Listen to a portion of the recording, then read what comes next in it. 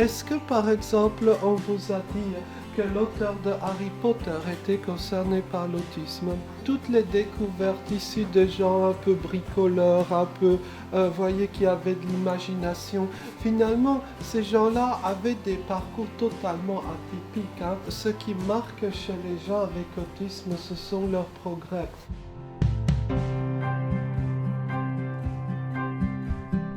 Quel que soit le profil de départ, on peut aller très loin, quoi. Vous voyez, certains de mes amis ont passé un tiers, la moitié, voire plus de leur vie dans des lieux psychiatriques absolument infects. C'est très très difficile par moment, quoi, de voir tant de talents gâchés. C'est un grave problème et il y aurait tant de choses à dire. C'était un peu dans cet objectif-là, un objectif un peu de secouer certaines habitudes, voir et surtout je dirais secouer certains mauvais préjugés, que j'ai essayé d'écrire un livre sur l'autisme et le voyage.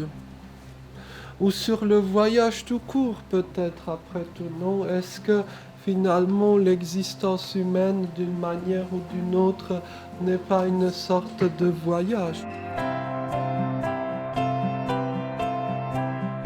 Ce qui m'avait marqué, ce sont un peu les portraits, les visages, les figures de gens autistes que j'ai eu la chance de rencontrer en chemin. Parce que c'est un peu un constat un peu curieux.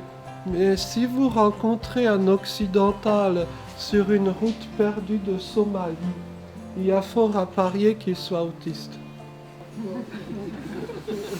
Ça peut paraître bizarre comme affirmation, mais essayez, vous verrez, vous serez également surpris ou surprise.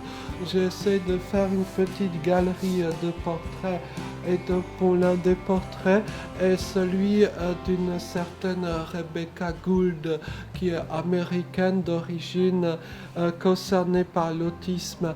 Et disons, ce qui est absolument remarquable, c'est qu'au terme d'un parcours long, marqué par toutes sortes de péripéties, aussi beaucoup de chance, il faut le dire, elle a finalement pu faire des études, elle a pu apprendre des langues et maintenant elle est prof à la fac de Singapour depuis presque 2 ans.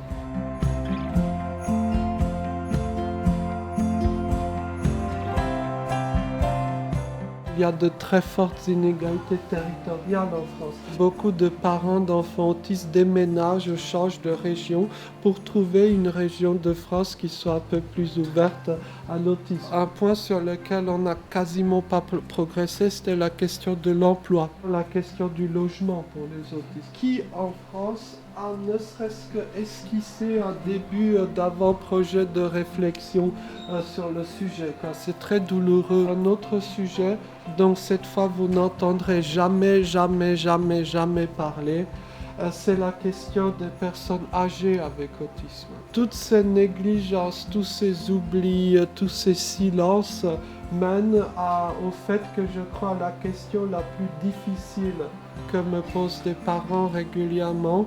On a tel ou tel âge, qu'adviendra-t-il à notre enfant quand on ne sera plus là, quoi? Est-ce qu'il y a des choses qui sont aujourd'hui mises en œuvre pour faire avancer ou on fait que constater? Il y a eu des progrès sur un certain nombre de points. Ne serait-ce que parce qu'il y a une dizaine d'années, on n'aurait pas pu avoir une petite rencontre. Je suis donc saltimbanque de l'autisme depuis longtemps, quoi. Parce que ça fait déjà pas mal d'années. Vous avez quel âge? J'ai donc exactement le même âge au jour près que Britney Spears. On est né exactement le même jour. Je pense que le voyage peut nous modifier nos préférences, modifier nos appréhensions surtout. Voyez, en découvrant donc d'autres réalités et en s'imprégnant de ces choses-là. Et il n'y a pas si longtemps que cela, pour moi, le grand voyage, celui qui me rendait quasiment malade longtemps à l'avance, c'était de prendre le bus sur 3 stations, quoi, pour vivre. Donc, comme quoi c'est possible.